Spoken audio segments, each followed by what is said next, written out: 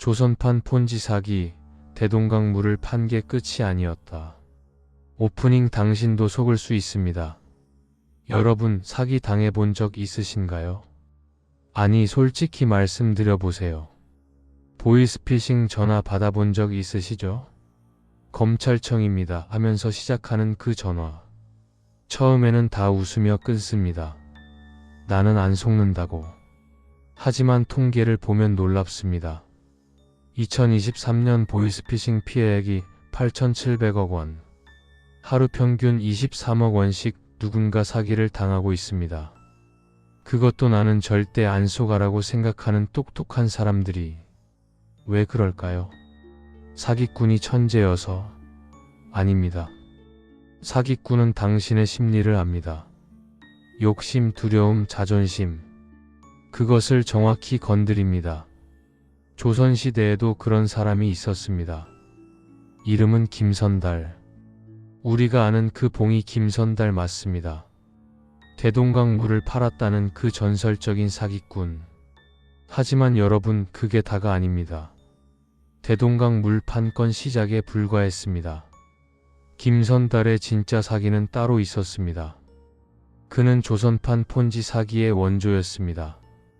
가짜 투자를 만들어 사람들을 현혹했고 피라미드 구조로 돈을 긁어모았으며 결정적인 순간에 잠적했습니다. 현대의 가짜 코인 사기. 김선달이 400년 전에 이미 했습니다. 딥페이크 사기. 김선달은 자기 얼굴을 직접 바꿨습니다. 투자 리딩방. 김선달은 왕족 행세하며 사람들을 현혹했습니다. 지금부터 그 이야기를 시작하겠습니다. 조선 최고의 사기꾼 봉이 김선달. 그의 진짜 수법을 공개합니다. 주의하세요. 이 이야기를 듣고 나면 여러분도 속았을 거라는 확신이 들 겁니다. 일부 대동강 물 사기의 진실 마이너스 우리가 몰랐던 디테일. 중종 15년 평양 대동강.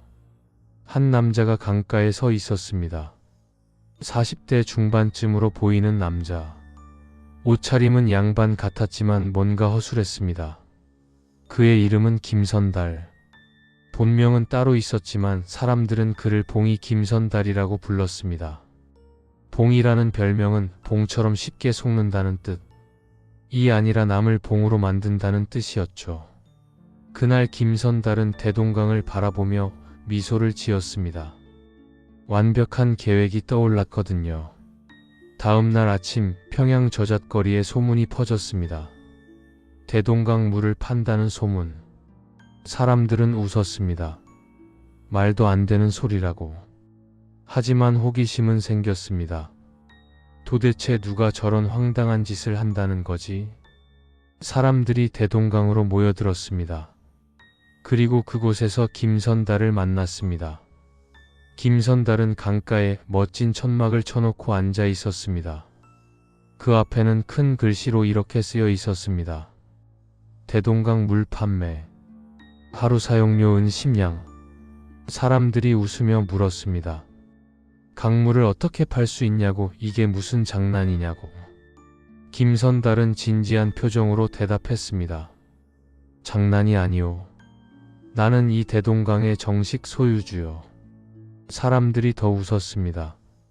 강을 어떻게 소유하냐고, 강은 원래 다 같이 쓰는 거 아니냐고 물었습니다. 김선달이 말했습니다. 그것은 옛날 이야기요. 이제는 법이 바뀌었소. 김선달은 품속에서 문서 한 장을 꺼냈습니다. 그리고 사람들에게 보여줬습니다. 보시오. 이것은 한성의 호조에서 발급한 정식 문서요. 나는 대동강의 독점 사용권을 구입했소. 사람들은 문서를 들여다봤습니다. 그럴듯했습니다. 한자로 빽빽하게 쓰여 있었고 붉은 도장도 찍혀 있었습니다. 물론 가짜였습니다. 김선달이 직접 만든 위조 문서였죠. 하지만 당시 사람들은 대부분 글을 읽을 줄 몰랐습니다. 그저 그럴듯해 보이면 믿었습니다. 한 상인이 조심스럽게 물었습니다. 그렇다면 우리가 강물을 쓰려면 돈을 내야 한다는 말이요? 김선달이 고개를 끄덕였습니다. 바로 그렇소. 하루 은 10냥이요. 사람들이 웅성거렸습니다. 은 10냥은 큰 돈이었습니다. 하지만 장사하는 사람들에게 강물은 필수였습니다. 물건을 싣고 배를 띄우고 생선을 잡으려면 강물이 필요했으니까요. 김선달은 계속 말했습니다. 물론 선택은 자유요. 내지 않아도 돼요. 다만 그 경우 내가 관가에 고발할 것이요. 불법으로 내 강물을 사용했다고. 이것이 핵심이었습니다. 김선달은 사람들의 불안을 자극한 겁니다. 혹시 진짜 법이 바뀐 건 아닐까? 관가에 고발당하면 어쩌지? 사람들은 고민했습니다. 그리고 한 사람이 돈을 냈습니다. 부자 상인이었습니다. 그는 이렇게 생각했습니다. 은 10냥 정도는 문제없어. 나중에 문제 생기는 것보다 낫지. 그가 돈을 내자 다른 사람들도 따라했습니다. 심리학에서 이것을 동조효과라고 부릅니다. 한 사람이 하면 다른 사람도 따라하는 거죠. 하루에 수십 명이 돈을 냈습니다. 김선달은 하루 만에 은 수백 냥을 벌었습니다. 엄청난 수익이었습니다. 하지만 김선달은 욕심이 많았습니다. 그는 며칠 더 장사를 계속했습니다. 사흘째 되는 날 누군가 평양감사에게 보고했습니다. 대동강에서 이상한 사기꾼이 강물을 판다고. 평양감사는 포졸들을 보냈습니다. 하지만 김선달은 이미 사라진 후였습니다. 천막도 문서도 모두 치우고 잠적했습니다. 은 1000냥 넘는 돈을 챙겨서. 사람들은 뒤늦게 깨달았습니다. 자신들이 사기를 당했다는 것을. 하지만 어쩔 도리가 없었습니다. 김선달은 이미 멀리 도망간 후였으니까요. 이것이 유명한 대동강 물 사기의 진실입니다. 단순한 해프닝이 아니었습니다. 이것은 치밀하게 계획된 사기였습니다. 가짜 문서 심리 조작, 동조효과 유발, 그리고 완벽한 타이밍의 도주. 현대 사기꾼들이 쓰는 수법과 똑같습니다. 하지만 이것도 시작에 불과했습니다. 김선달의 진짜 대작은 따로 있었습니다. 이부왕족 사칭 사기 마이너스 조선판 딥페이크. 대동강 물사기로 큰 돈을 번 김선달. 하지만 그는 만족하지 않았습니다. 더 큰 사기를 꿈꿨습니다. 김선달은 한양으로 올라왔습니다. 그리고 한 여관의 짐을 풀었습니다. 여관 주인이 물었습니다. 어디서 오셨냐고. 김선달이 대답했습니다. 자신은 먼 지방에서 온 양반이라고. 한양에 볼 일이 있어서 왔다고 말했습니다. 여관 주인은 김선달을 보며 의아해했습니다. 옷차림은 양반 같은데 뭔가 어색했습니다. 하지만 돈을 넉넉하게 내는 걸 보니 분명 부자는 맞는 것 같았습니다. 김선달은 며칠 동안 여관에 머물렀습니다. 그리고 저잣거리를 돌아다니며 정보를 수집했습니다. 김선달은 알아냈습니다. 한양에는 돈 많은 상인들이 많다는 것을. 그리고 그들은 권력과 연결되기를 원한다는 것을. 김선달은 계획을 세웠습니다. 일주일 후 김선달은 완전히 다른 모습으로 나타났습니다. 화려한 비단옷을 입고 하인을 대동했습니다. 하인은 김선달이 돈을 주고 고용한 사람이었습니다. 김선달은 한양의 큰 주막으로 갔습니다. 그리고 주인에게 말했습니다. 자신은 왕실의 먼 친척이라고. 지방에서 올라왔는데 사업 기회를 찾고 있다고 말했습니다. 주막 주인은 반신반의했습니다. 하지만 김선달의 행색이 화려했고 하인까지 있었으니 의심하기 어려웠습니다. 소문이 퍼졌습니다. 왕족이 한양에 왔다고. 사업을 한다고. 상인들이 관심을 가졌습니다. 왕족과 연결되면 큰 이익을 볼 수 있었으니까요. 한 부자 상인이 김선달을 찾아왔습니다. 상인이 물었습니다. 어떤 사업을 하시려는지. 김선달이 대답했습니다. 궁중의 물건을 납품하는 사업이요. 왕실에서 필요한 비단, 도자기, 약재 같은 것들을 독점 공급하는 거요. 상인의 눈이 반짝였습니다. 궁중 납품은 엄청난 이익을 보장했습니다. 김선달이 계속 말했습니다. 하지만 초기 자금이 필요하오. 은 1천냥 정도면 시작할 수 있소. 만약 당신이 투자한다면 이익의 절반을 드리겠소. 상인은 고민했습니다. 은 1천냥은 큰 돈이었습니다. 하지만 궁중 납품으로 벌 수 있는 돈은 그보다 훨씬 컸습니다. 김선달은 상인의 망설임을 눈치챘습니다. 그리고 결정타를 날렸습니다. 김선달이 품속에서 문서를 꺼냈습니다. 이것을 보시오. 이것은 궁중에서 발급한 납품 허가서요. 내가 왕족이기 때문에 받을 수 있었소. 또 가짜 문서였습니다. 하지만 그럴듯했습니다. 상인은 믿었습니다. 그리고 은 1천냥을 투자했습니다. 김선달은 기뻐하는 척하며 영수증을 써줬습니다. 물론 그것도 가짜였습니다. 하지만 여기서 끝이 아니었습니다. 김선달의 진짜 계획은 따로 있었습니다. 3부 조선판 폰지 사기 마이너스 피라미드의 탄생. 첫 번째 상인에게서 은 1천냥을 받은 김선달. 하지만 그는 그 돈으로 사업을 시작하지 않았습니다. 대신 더 많은 투자자를 모집했습니다. 김선달은 첫 번째 상인에게 제안했습니다. 당신이 다른 투자자를 소개해 주시오. 그러면 소개비로 은 100냥을 드리겠소. 상인은 기뻐했습니다. 돈을 벌 수 있는 또 다른 기회였으니까요. 상인은 자신의 지인들을 김선달에게 소개했습니다. 김선달은 그들에게도 같은 이야기를 했습니다. 궁중 납품 사업, 엄청난 수익, 지금이 기회. 두 번째, 세 번째 투자자가 생겼습니다. 각각은 500냥, 800냥을 투자했습니다. 김선달은 첫 번째 상인에게 약속하는 100냥을 줬습니다. 상인은 감격했습니다. 투자한 지 며칠 만에 벌써 수익이 생긴 겁니다. 상인은 더 많은 사람들을 소개했습니다. 네 번째, 다섯 번째, 여섯 번째 투자자가 생겼습니다. 김선달은 초기 투자자들에게 약속한 소개비를 계속 줬습니다. 새로 들어온 투자자들의 돈으로. 이것이 바로 폰지 사기의 구조입니다. 새로운 투자자의 돈으로 기존 투자자에게 수익을 주는 방식? 실제로는 사업이 없습니다. 그저 돈을 돌리기만 할 뿐이죠. 하지만 투자자들은 몰랐습니다. 자신들이 실제로 수익을 받고 있으니 사업이 잘 되고 있다고 믿었습니다. 소문이 더 퍼졌습니다. 왕족이 하는 사업이 대박이라고. 투자하면 돈을 번다고. 더 많은 사람들이 몰려왔습니다. 한 달 만에 투자자가 50명이 넘었습니다. 김선달이 모은 돈은 2만냥이 넘었습니다. 당시로서는 상상할 수 없는 거액이었습니다.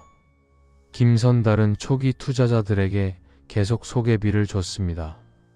그들은 더 열심히 사람들을 끌어모았습니다. 피라미드 구조가 완성되었습니다. 맨 위에는 김선달, 그 아래 초기 투자자들, 그리고 그 아래 수십 명의 후기 투자자들, 모두가 돈을 벌고 있다고 믿었습니다. 하지만 실제로는 김선달만 돈을 벌고 있었습니다. 2달이 지났습니다. 투자자들이 물었습니다. 사업은 언제 시작하느냐고. 김선달이 대답했습니다. 곧 시작한다고. 지금은 준비 중이라고. 조금만 더 기다려달라고 말했습니다. 투자자들은 믿었습니다. 3달이 지났습니다. 투자자들이 다시 물었습니다. 김선달은 또 같은 대답을 했습니다. 하지만 이번에는 몇몇 투자자들이 의심하기 시작했습니다. 이상하다고. 너무 오래 걸린다고. 김선달은 위기를 느꼈습니다. 더 이상 버티기 힘들 것 같았습니다. 그래서 결정했습니다. 도망칠 시간이라고. 사부 완벽한 잠적 마이너스, 그리고 남겨진 사람들. 어느 날 밤, 김선달은 조용히 짐을 쌌습니다. 은 2만냥을 모두 챙겼습니다. 무거웠지만 어쩔 도리가 없었습니다. 김선달은 여관 주인에게 말했습니다. 급한 일이 생겨서 잠시 지방에 다녀온다고. 여관 주인은 의심하지 않았습니다. 김선달은 밤을 틈타 한양을 빠져나갔습니다. 다음 날 아침 투자자들이 김선달을 찾았습니다. 하지만 김선달은 없었습니다. 여관 주인이 말했습니다. 어제 밤 지방에 간다고 하더라고. 투자자들은 처음에는 걱정하지 않았습니다. 곧 돌아오겠지 하고 생각했습니다. 하지만 사흘이 지나도 김선달은 나타나지 않았습니다. 일주일이 지나도 소식이 없었습니다. 투자자들은 불안해지기 시작했습니다. 그들은 김선달이 묵었던 여관을 뒤졌습니다. 그리고 아무것도 발견하지 못했습니다. 김선달은 흔적을 남기지 않았습니다. 투자자들은 패닉에 빠졌습니다. 그들은 궁궐로 달려갔습니다. 그리고 관리들에게 물었습니다. 왕족 중에 김선달이라는 사람이 있냐고. 관리들이 대답했습니다. 그런 사람 없다고. 투자자들은 경악했습니다. 왕족이 아니었다고? 그렇다면 모든 것이 거짓말이었다는 건가? 투자자들은 관가에 고소했습니다. 관가는 김선달을 수배했습니다. 하지만 김선달은 이미 멀리 도망간 후였습니다. 포졸들이 전국을 뒤졌지만 찾을 수 없었습니다. 투자자들은 절망했습니다. 은 2만 냥이 사라진 겁니다. 어떤 사람은 전 재산을 투자했습니다. 어떤 사람은 빚을 내서 투자했습니다. 그들은 하루아침에 거지가 되었습니다. 더 비극적인 것은 초기 투자자들이었습니다. 그들은 다른 사람들을 끌어들였습니다. 그래서 사람들이 그들을 원망했습니다. 내가 소개했기 때문에 우리가 사기를 당했다고. 초기 투자자들은 이중으로 고통받았습니다. 돈도 잃고 사람들의 신뢰도 잃었습니다. 일부는 견디지 못하고 자살하기도 했습니다. 김선달의 사기는 단순히 돈만 빼앗은 게 아니었습니다. 사람들의 인생을 망쳤습니다. 오부 김선달이 현대에 산다면 김선달은 그 후 어떻게 되었을까요? 기록에 따르면 김선달은 평생 잡히지 않았습니다. 이름을 바꾸고 얼굴을 감추고 여기저기 떠돌아다니며 살았습니다. 때때로 작은 사기를 치기도 했지만 큰 사기는 더 이상 치지 않았습니다. 나이가 들어 힘이 없어진 탓도 있었고 수배가 계속되고 있었기 때문이기도 했습니다. 김선달은 결국 외롭게 죽었다고 합니다. 막대한 돈을 벌었지만 행복하지 않았습니다. 항상 도망 다녀야 했고 누구도 믿을 수 없었으니까요. 하지만 김선달의 수법은 사라지지 않았습니다. 오히려 더 진화했습니다. 현대에 와서 더 정교해졌습니다. 만약 김선달이 2024년에 산다면 어떻게 할까요? 첫째, 가짜 코인을 만들 겁니다. 차세대 블록체인 기술이라며 코인을 발행하고 초기 투자자들에게 엄청난 수익을 약속합니다. 실제로는 아무 기술도 없습니다. 그저 돈을 모을 뿐이죠. 둘째, 투자 리딩방을 만들 겁니다. 전문 투자자라고 사칭하며 카톡방이나 텔레그램 방을 만듭니다.